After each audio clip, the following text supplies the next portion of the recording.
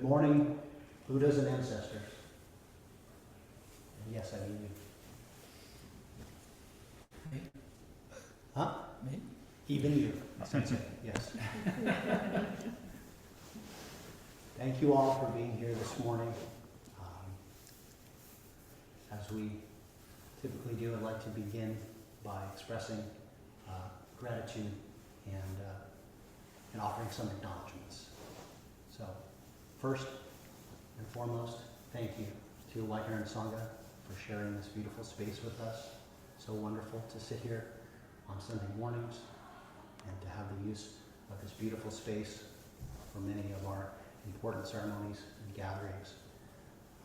And in fact, we have a workshop coming up next weekend on Saturday the 21st, Roshi Ryodo's 3-step mindfulness program, part 1, I'm told, level 1. I'll be there. I hope to see most or all of you there. I think it'll be terrific. Roshi Ryodo is really a wonderful teacher and just a terrific all-around guy. So I'm really looking forward to that. And if you haven't met him, you'll be looking forward to your next meeting after you get to spend some time with him, I'm sure. Second, I'd like to acknowledge that we sit on the land of the Northern Chumash. So please join me in putting our hands together and acknowledging the Chumash as the original caretakers of this land. So for thousands of years, they cared for this land, which we love and cherish. And from San Luis Obispo down to Santa Barbara County into Ventura in northern LA. And the Chumash continue to be in relationship to this land through ceremony and culture and stewardship. And they continue to be a vital part of this land. And on a related note, I've sort of been noting as we go along and do the acknowledgement, the progress towards the establishment of the Chumash Heritage National Marine Sanctuary, which I am a big fan of. I don't know if you have heard, but it has entered its final phase of federal approval with the environmental impact statement being reviewed, and it is anticipated that the marine sanctuary will be established by the end of this calendar year. So that's fabulous. Third, I'd like to pay my respects to the original Japanese and Chinese immigrants who came to the United States and carried the Dharma to this continent. And they were here a long time before the dominant culture took notice and took interest in the Buddha Dharma, and before many of us from different ancestral backgrounds became involved in practice. So. And fourth, as my final acknowledgement before I get underway here, I want to offer my deep gratitude and a bow of appreciation to all the Buddha ancestors of our Zen lineage. You may have heard me offer this acknowledgement and this gratitude before, but I'm always struck by the fact that the opportunity for us to learn about, study, practice the Dharma is a very precious thing, and that it didn't have to be something that's available to us in this time, in this place. So, deep gratitude to the long line going back 2,500 years of men and women who practiced the Dharma and made it possible for it to be here today for us. And I began on a related note by greeting you all as Buddhas and ancestors, which has kind of become my preferred greeting at the beginning of a talk.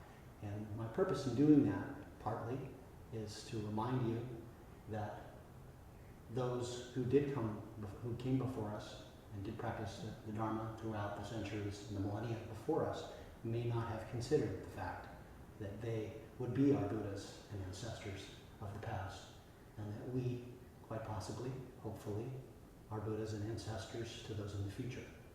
And so, if you ever need a little bit of perspective, or maybe a little bit of motivation in your practice as a bodhisattva and practicing for others, I offer that perspective to you from my own practice.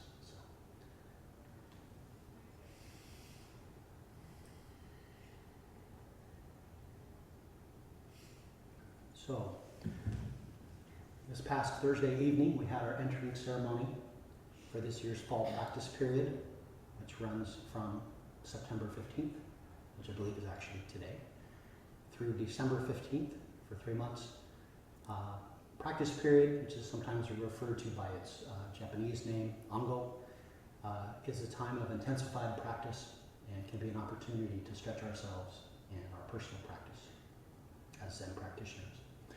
The idea of a practice period is a tradition that traces back its origin back to the historical Buddha Shakyamuni, when the Sangha, the assembly of nuns and monks, would settle in one spot during the monsoon season in India and devote themselves to intensive meditation practice and Dharma study.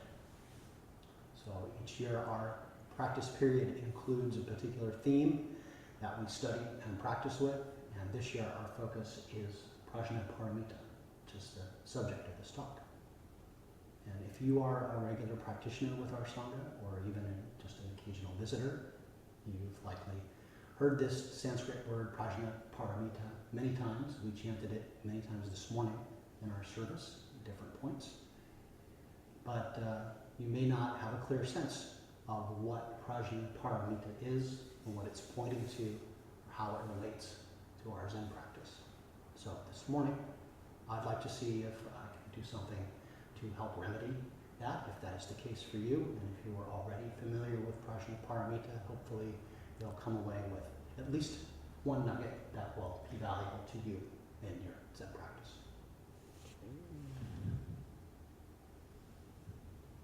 Thank you, Anja, for the tea. That's especially important this morning as I'm a little hoarse.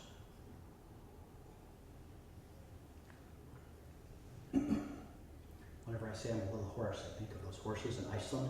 They're called miniature horses, actually. So, what is Prajnaparamita? So let's start with this. Prajnaparamita is a word from Sanskrit that is variously translated as the perfection of wisdom, transcendental wisdom, non-dual wisdom, and wisdom beyond wisdom. So looking at the Sanskrit itself, the prajna of Prajnaparamita is translated into English as wisdom. In Sanskrit, it's derived from pra, meaning before, and jna, so prajna, and the jna meaning to know. The author and translator, Red Pine, says it's meant to refer to what comes before knowledge. And he adds, it is what Shunryu Suzuki called beginner's mind. Paramita, the second half of Prajnaparamita, is typically translated as perfection. You may have heard of the paramitas. There's a collection of various other paramitas besides prajna, meaning wisdom, the perfection of wisdom. There's also the perfection of generosity, dana, paramita, and so forth. But from paramita as perfection, we get this from parama, meaning highest point. So we get the common translation of the perfection of wisdom. In other words, the highest point being the most perfect. However, there's a second possible translation, and this alternative translation combines the Sanskrit words para, meaning beyond, and ita, meaning gone. So, Red Pine says, according to this interpretation, paramita means what has gone beyond. What is transcendent, or according to some Chinese translators and commentators, what leads us to the other shore. So for those of us who are familiar with the meaning of the chant that we do at the end of the Heart Sutra, the gate, gate, paragate, parasangate, this idea of what leads us to the other shore, or gone beyond, may sound familiar, as that's one of the common translations of that part of the chant. But Red Pine tells us that both of these ways of translating Prajnaparamita are supported both linguistically and by the usage of Prajnaparamita in the sutras and commentaries. So we don't have to choose or take sides. In fact, both translations merit and value in understanding what Prajnaparamita is about. So, here in our Sangha, we encounter references to Prajnaparamita every time we chant the Heart Sutra, beginning with the very first line. We chant Avalokiteshvara Bodhisattva, doing deep Prajnaparamita. So right there in the first line, we're invoking Prajnaparamita, but what are we talking about?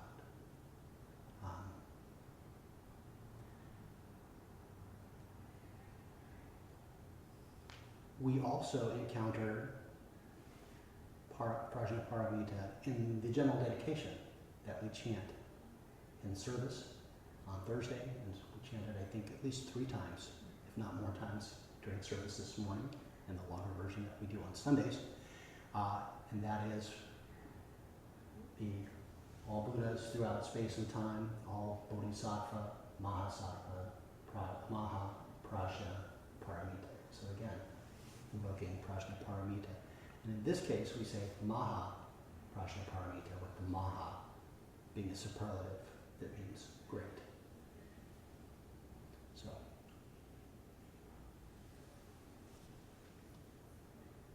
we also encounter Prajnaparamita when we chant the names of the female ancestors, which we do on alternate Sundays. Today we chanted the male lineage, and next weekend on Sunday we will chant the female ancestors.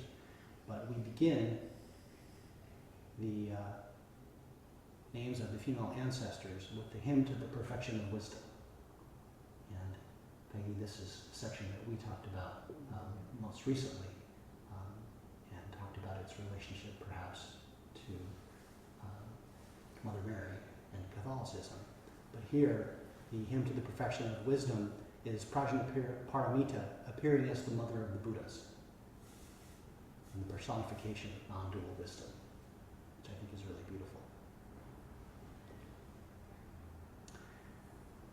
So historically, references to Prajnaparamita, the wisdom beyond wisdom, first began to appear in Buddhist texts about 400 or 500 years after the death of the historical Buddha. Over several centuries, numerous texts were written that addressed Prajnaparamita, and these texts vary widely in length, ranging from a paltry 300 lines to 8,000, 25,000 lines, and even 100,000 lines. There are, I think I read in one account, at least 40 different identifiable Prajnaparamita texts, and there's a list, even on Wikipedia, a list of the top 10 Prajnaparamita sutras. And this body of text includes the Diamond Sutra, which you may have heard of, if not been exposed to or studied. It was a couple of years ago. The Diamond Sutra was the focus of one of the sessions that we did, and that was very interesting to dive into that and sit with that. But in addition to that, the Heart Sutra, we chant every week, is actually the best known and most widely chanted Prajnaparamita Sutra. Well, the development of the Prajnaparamita Sutras was foundational to what would evolve into Mahayana Buddhism, the branch of Buddhism that Zen belongs to, as well as Pure Land and Vajrayana, or Tibetan Buddhism. Mahayana, which means the great vehicle, emphasizes the ideal of the Bodhisattva, one who vows to remain in the world to help save other beings, as opposed to the Arhat of the ideal in early Buddhism, who frees themselves from the cycle of rebirth to attain liberation and enter into nirvana. Scholars generally believe that Mahayana Buddhism developed as a reaction to the complex system of knowledge known as Abhidharma that had over the centuries grown out of the Buddha's original teaching. And this system of knowledge focused on the analysis of reality into discrete and knowable entities, or dharmas, and had come to be seen as essential to attaining liberation from suffering.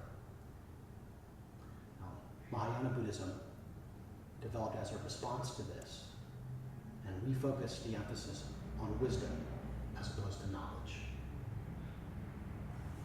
As Tanahashi put it in his book on the Heart Sutra, the core practice of Mahayana Buddhism is the realization of wisdom beyond wisdom. Realization, which is none other than actualization, suggests that Prajnaparamita is not about mere intellectual investigation, but practice.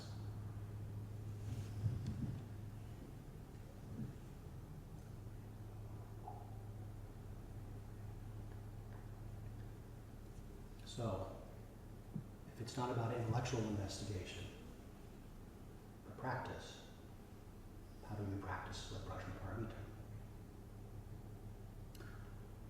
A monk asked Subhuti, "O virtuous one, if a bodhisattva mahasattva wishes to learn the profound Prajnaparamita, how should they approach it?" Subhuti replied, "If the bodhisattva mahasattva desires to learn the Prajnaparamita, they must learn emptiness. So that to learn prajna is emptiness, and emptiness is to learn prajna." In this exchange, Subhuti is telling the monk that the way to realize prajna is to practice emptiness. The emptiness he's referring to here is the same emptiness that is the subject of the Heart Sutra that we chant regularly in our Thursday and Sunday programs. And you might guess this from the construction of Subhuti's response. If you're already familiar with the Heart Sutra, when he says prajna is emptiness, emptiness is prajna, it starts to sound a lot like form is emptiness, emptiness is form. Emptiness in this exchange, as well as in the Heart Sutra, is a translation of the Sanskrit word shunyata, or shunyata, a word that means hollow, or void, or zero. Prajnaparamita teaching of shunyata says that all things are fundamentally empty. What does this mean? It's easy to think that this means that fundamentally nothing exists. Everything is zero, void, empty, hollow. But to say nothing exists would be a mistake. And to believe it would be delusion. Instead, emptiness points to the fact that things do not exist as we typically conceive them to exist. As Thich Nhat Hanh says, in Buddhism, emptiness means to be empty of something we expect to be there, or incorrectly assume is actually there, namely self-nature, something that we could identify as essential and enduring, something that makes a thing or person what it is. Instead, emptiness points to the fact that all things are interdependent, permanent, and empty of self-nature. This is the reality that's being pointed to when we chant the Heart Sutra. When we chant form is emptiness, emptiness is form. Another way to express the meaning of shunyata, other than emptiness, is suggested by Tanahashi and Roshi Jo in Halifax in their translation of the Heart Sutra. Instead of translating shunyata as emptiness, they translate it as boundlessness. Boundlessness. Instead of focusing on what is absent and calling it emptiness, they reverse the focus and translate shunyata as boundlessness, focusing on what is there, namely everything, without separation, without boundaries, the non-dual direct experience of reality as it actually is. For those familiar with the version of the Heart Sutra that we chant, which uses emptiness in its translation, I want to give you a little taste of what the Heart Sutra sounds like in their translation, using boundlessness instead of emptiness. I found this to be both beautiful and helpful, so I wanted to share it with you. O Shariputra, form is not separate from boundlessness. Boundlessness is not separate from form. Form is boundlessness. Boundlessness is form. Feelings, perceptions, inclinations, and discernment are also like this. O Shariputra, boundlessness is the nature of all things. It neither arises nor perishes, neither stains nor purifies, neither increases nor decreases. All of the things we take to be solid, to be real, to be me, not me, are in reality both boundless and empty, simultaneously. We can see this intellectually in various ways. For example, in a well-known teaching, Thich Nhat Hanh has talked about seeing all of the non-paper elements of a piece of paper. The sun, the rain, the earth are all in the tree that the paper, the wood came from that was treated to pulp. There's the logger that cut down the tree. There's his mother, his father, his grandparents, and so on. All of these non-paper elements are part of the paper. And we can say that from this perspective, the paper is entirely made of non-paper elements. And we can apply this thought exercise to everything, including ourselves. We also are made of non-self elements entirely. But as we said earlier, Prajnaparamita isn't really about intellectual investigation. It's about practice, about recognizing experientially, seeing for ourselves that all aspects of our experience, form, sensation, conception, discrimination, awareness, all of these are empty of inherent independent, enduring self-nature. As we said earlier, the Heart Sutra begins with Avalokiteshvara doing deep Prajnaparamita. This doing is none other than the non-doing of Zazen, the core of our Zen practice. In his essay, Fukan Zazen, the Universal Recommendations for Zazen, Dōgen, the founder of the Soto sect in Japan, was pointing us to the practice of Prajnaparamita when he wrote, "Cease from practice based on intellectual understanding, pursuing words and following speech, and learn the backward step that turns your light inward to illuminate yourself. Body and mind themselves will drop away, and your original face will be manifest. If you want to attain suchness, you should practice suchness without delay."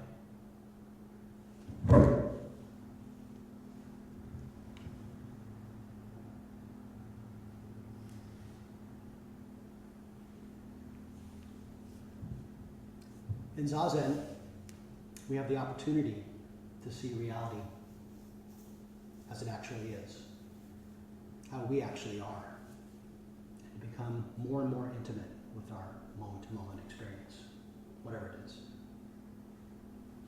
If we can see directly into our experience, even if only on a momentary basis, we can begin to experience Prajnaparamita directly for ourselves and see that nothing is fundamentally separate from or independent of anything else. To experience directly the boundlessness of the reality that is right before us in every moment.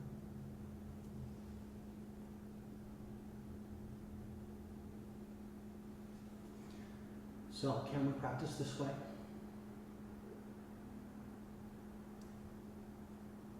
Can we learn to see in this way, to experience non-dual reality that's right in front of us for ourselves?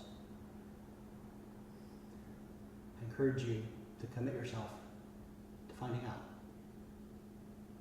This fall practice period over the next 3 months offers a wonderful opportunity to do just that.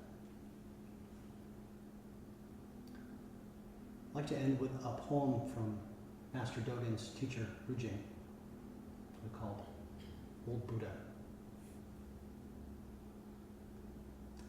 Entire body is a wind chime hanging in emptiness, not caring which way the wind blows, east, west, south, or north, joining the whole universe and chiming out Prajnaparamita. Ding, ding, ding, ding, ding, Thank you for your attention. And now, I'd like to invite you, if you have questions or comments. This is often better than the talk that I give because it comes from all of you, so please.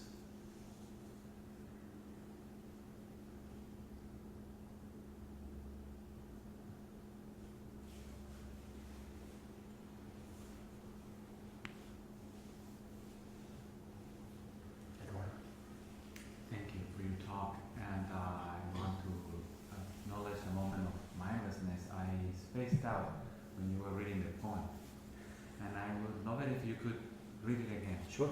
Thank you.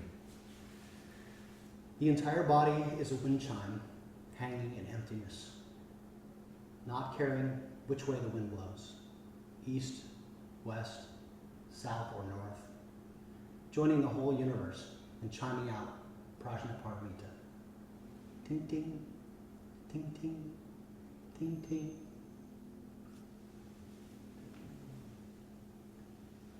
And then when I read that, it really struck me because growing up, my mother always had a number of different wood chimes.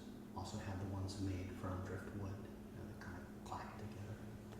And I just really, it took me back to that pure moment of just experiencing that, and especially as a child, and having those sense memories. I don't know if this is true for you, but everything seems to be much simpler and clearer and more sensory oriented in my memory as a child, and just being the sound of the wind chimes with no other concerns, because childhood is hopefully for most people a simpler time when you don't have to worry about paying the bills and all of those things. But anyway, I hope you enjoyed that.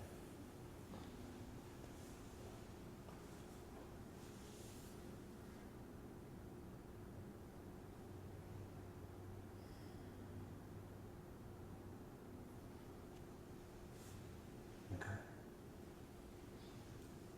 Thank you very much. Just like your other talk, you have lots of clarity in your progression. I'm thinking, oh my God, what am I going to talk about? On the other hand, I mean, and what comes up is we talk about in Buddhism to have great faith, great doubt, and perseverance. And in a way, I don't know if anybody else is like this, but there's a part of me that understands you have to have this leap of faith to accept emptiness as being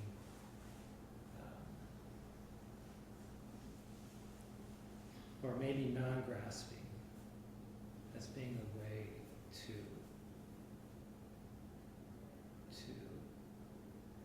well-being or whatever. And it's really difficult. The challenge is we live in a culture of grasping, of wanting to hold on to wealth or fame or attachments. And it's kind of it feels like a leap of faith to say, I'm going to let go. Because to me, letting go has a lot to do with emptying. Emptying is basically a process of constant letting go. And so it's a great leap of faith because you have to have, there's a certain faith on what you're, in the teachings that you just shared. That there's this teaching that says, if you can let go, if you can empty yourself, you will find maybe what you're seeking. And that's a big leap to take. That in that emptiness, you're going to find your Buddha nature. Thank you. Okay.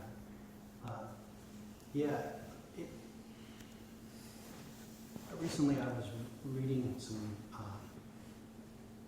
commentary and articles about the question of whether or not it's possible for lay practitioners to really practice successfully compared to monastics, which is the original model in Buddhism. That the giving up that you're talking about, the renunciation of lay life, and which at its core is giving up or letting go of the things that you're talking about, both in material sense, but also in the psychological, emotional, spiritual sense of letting go.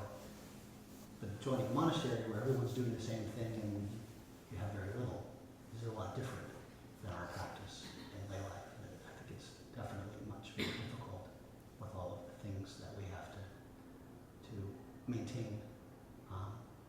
And I came away thinking, well, if I were to join a monastery, I suppose I could give up everything, but I can't, or don't at least feel like I can give up, or it feels like a lot to say, let go of everything.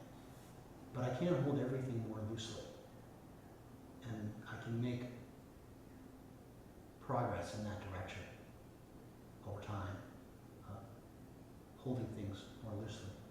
Just to take it back to talking about emptiness, and to see things fundamentally as not the way that I habitually think they are. It could be as simple as, the idea of the cup. The cup is a thing that exists. If this cup is precious to me, when I drop it and it breaks, I may be heartbroken, but the cup was already broken, as they say, right? We know that saying, or that idea. And if I can hold on to things more loosely, when the cup does eventually break, it doesn't come as such a shock. So,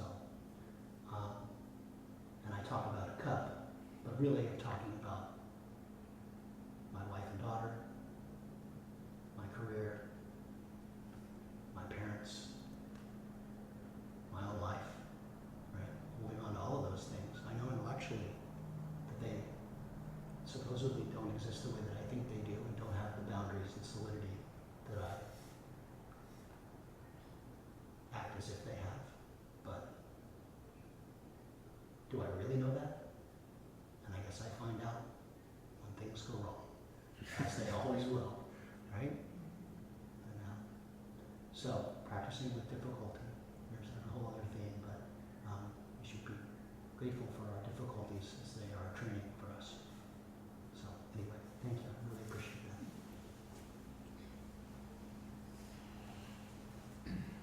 For what? Thank you for your talk. You really gave a great basis for talking about this topic, and I really appreciate that. You covered it just really well. I love the term boundless, but it brings up a question for me, and I haven't been able to think about it enough, but maybe you have some thoughts. Because, well, first, when Thich Nhat Hanh says the paper includes all these other, then I think of it just expanded form,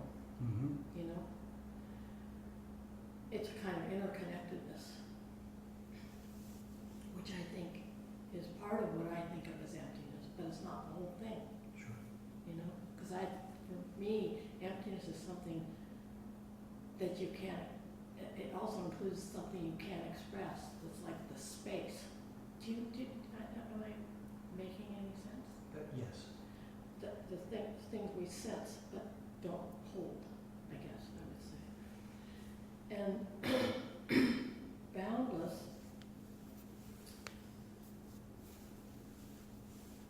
boundless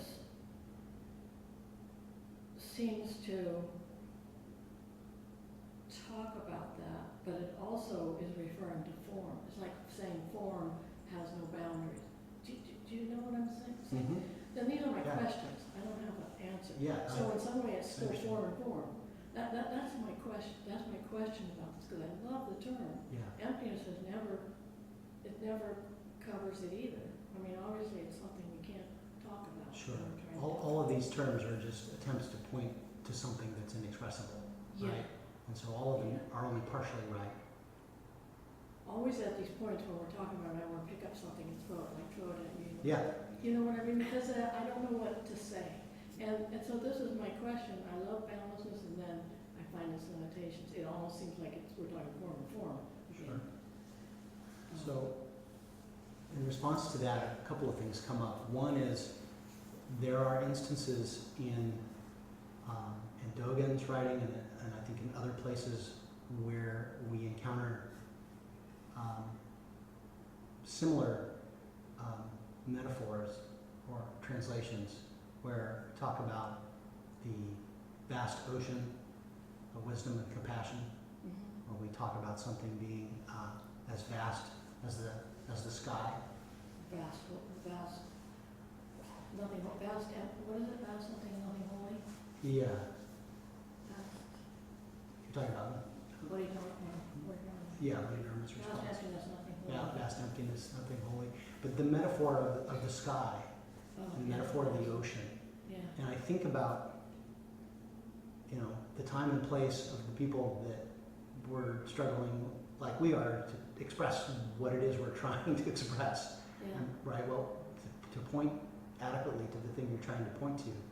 And to them, they didn't have a concept of, galaxies upon galaxies, of space and time being as vast as we do through physics and astronomy and all that stuff.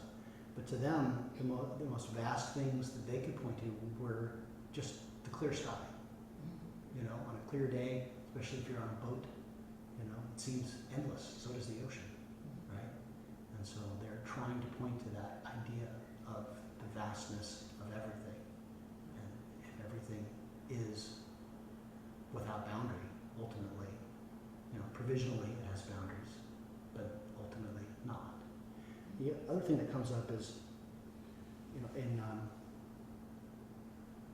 there's sort of the three different types of wisdom. There's this teaching that there's sort of the mundane wisdom of,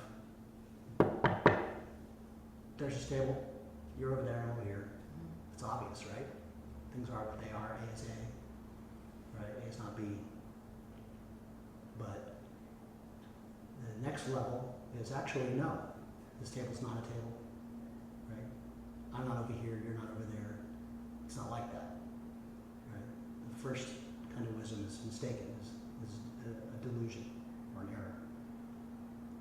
And then there's the third that says both are wrong. So what's left? This probably sounds a lot like the Diamond Sutra. Which is why I struggle with the Diamond Sutra. But, this table is not a table, therefore it's called a table. And if the author, if the Buddha of the Diamond Sutra can't express it any better, I'm not sure I can. yeah. But I think that may be part of what you're trying to express is you want to throw something because obviously, in the very mundane sense, I need to duck. I didn't mean throw something in frustration, I just meant throw Right, something no, I mean, because it's the I need to only duck thing that because- actually really expresses anything. Yes, if you throw a To rock say at me anything or... isn't going to express it. Yeah. So, I think at the heart of this, it's very difficult to express. Yeah. But the last thing I'll say in response to your comment is, I think in a way, and I may be incorrect about this, but the way it seems to me is that emptiness is sort of focusing inward, both inward, inside myself or inward into any individual thing, or Dharma object, and looking at it at its core, what is it really? And not finding anything there that it is specifically or really, that isn't contingent or temporary or made up of non-table things, so to speak. And that boundlessness is sort of going in the opposite direction, looking outward, but seeing the same thing in the opposite direction. Well, if everything is contingent and without self-nature, and I look outside myself, how is that any different than seeing that inward? So everything is outside, but also everything is inside. And what's the difference? I guess that's something to practice with. I've said too much. Yeah, I think we're, Beyond 11:30, so I think we're called. yeah, what actually came up for me, I've been steeped in Byron Katie's The Work, Oh, thanks to Eduardo. And the byline on one of the titles of her book is, "What would you be without your story?" yeah. Yeah. And thank you, Eduardo, for introducing us to that topic, because that one question has been present with me ever since. So, Could I just do a popcorn thing really quickly? oh yes, That please, I think, ladies. I think what you've said is very empowering. I think you're a born teacher, as I think all of you. I mean, it's incredible to sit here and listen to this. But is the project, is it alive? It's alive and viable and as important and as vibrant today as it was centuries ago. And I think of it in terms of our Lord always doing something, finding some way to draw us to Him. Is that what the Prajnaparamita is like in the Buddhist tradition? It's always doing something to draw you to it, or to develop maybe outside of it? That's probably, we don't have time for that. Anyway, thank you. That is a big question. That is a big question. Thank you. You got 1 minute. Yeah. I have a kernel. I have a See me little in focus popcorn on. kernel. I'm sorry. Oh. Yes, that's a great face-to-face question. Go ahead. I think that's I have one little kernel. Betsy, yeah? Thanks to my original Korean Zen master, Zazen. He used to have us use the mantra, "Only don't know." And, everybody wants to know. That's the bummer, And then the training took a bit out of Zen training, and they came up with knowing is the booby prize. And those just have always stuck in my craw. Yeah. And I want to add to your Peggy, what comes to me to say in response to your question is that you're already it.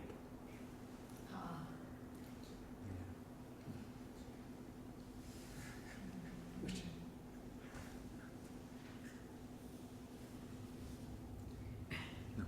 Tea? No, yet. Oh, did we check in with Koshin? Maybe he had a comment. I'm Koshin? Of course I do. I'd hate to miss it.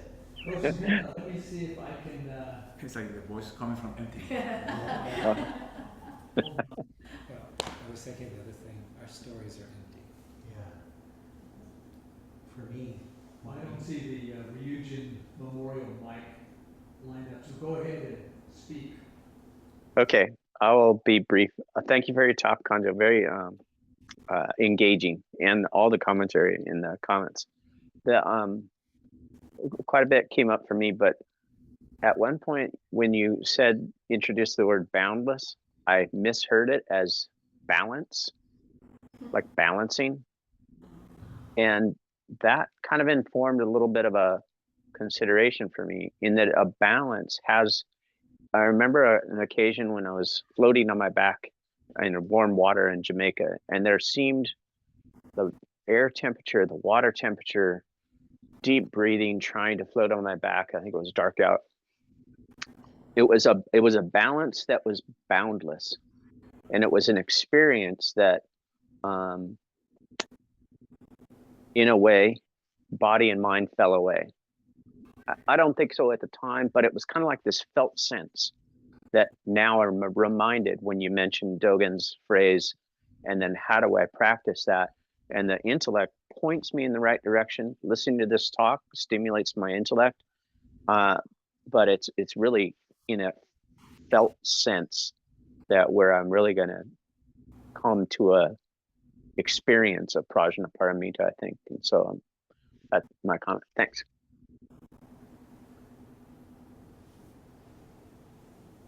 Thank you, Coach.